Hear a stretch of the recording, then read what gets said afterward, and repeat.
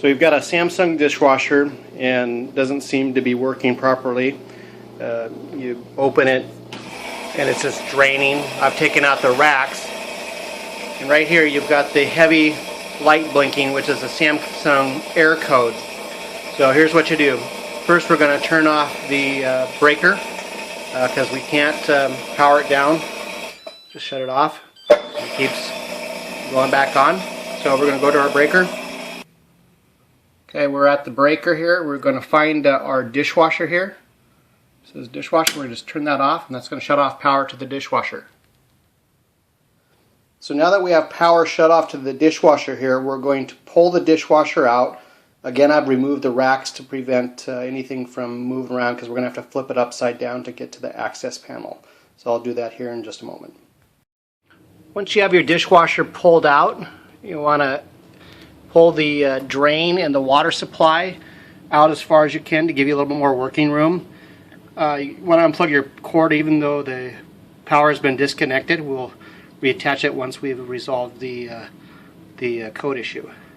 So as I've flipped this on its side, you can see this access cover here. There's I think looks like 3 screws to remove that access panel. We're going to remove those screws.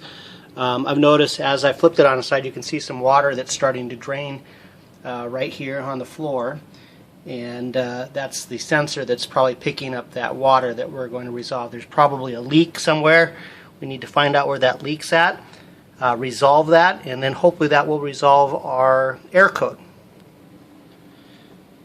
As I've removed the 2 screws to get to the access panel, you can see this water here, and then this is the sensor. That's the water sensor that picks up. Samsung has a sensor if there's a leak that detects water. If that occurs, to prevent damage to your floor, it shuts the machine off and forces all the water to drain. So what we're going to do is we're going to disconnect it right here so we can remove that, clean it up. We're going to look throughout the unit to find out where water's coming in. It's either a drain hose or the water line. We're going to figure that here out in just a moment. Once we get the back panel access open, we're going to look at the drain pipes, see if we can determine where that leak might be coming from. Typically you might have a drain valve or a pipe that is either cracked or leaking somewhere, and it's dripping down in that train and causing that sensor to go off. So looking around here, I've noticed that my water supply line's a little bit loose and there's some water there, but I don't think that's the culprit, but we'll tighten it just to be sure.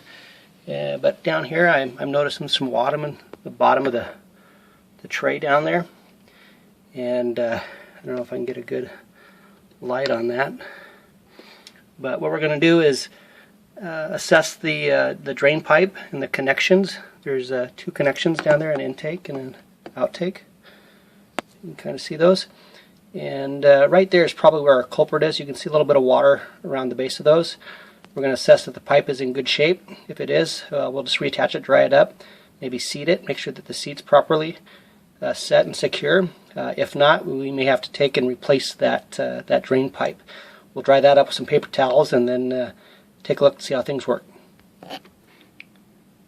Now that we have the inside of the dishwasher all dried up with paper towels or a cloth, you want to make sure you get all that water out, because once you put that water, or we tip that back up, the dishwasher is going to, the gravity is going to drain that any water that's left there back to that sensor and is going to push off that sensor again. So we're going to look to see again if we found any little pipes that are leaking a little bit of water, any supplies that might have been leaking. It could be a slow drip that happens over time.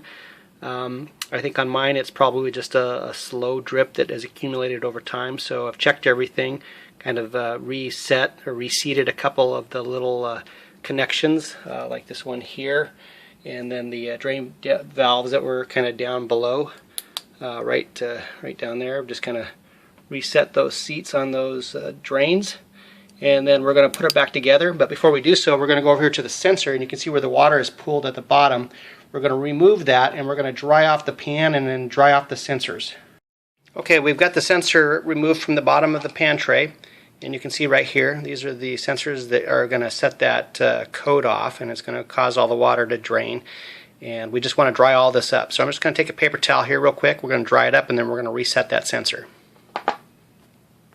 Okay, now we got the sensor put back on. We're just going to take that and re-clip it to the clip that's right up here. Make these two connect again.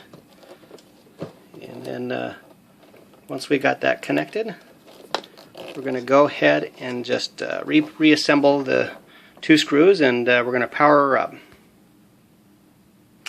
Okay, we've reset the bottom tray, and we're just resetting the last one of two screws.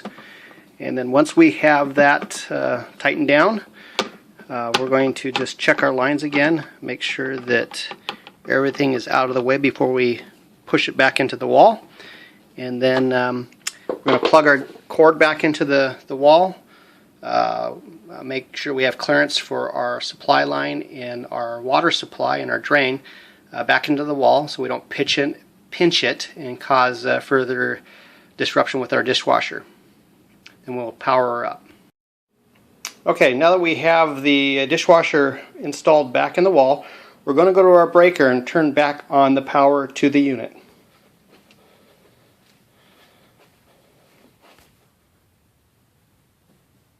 Okay, we're back at the breaker. We're just going to flip that circuit right back on. And we're going to go back out to our unit.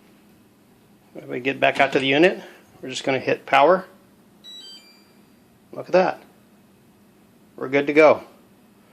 So basically we're just going to reinstall our racks, and you just saved about $280 from your local repairman. So hope this helps. If you like this video, please like us and leave your comments and save some money. Thank you for watching.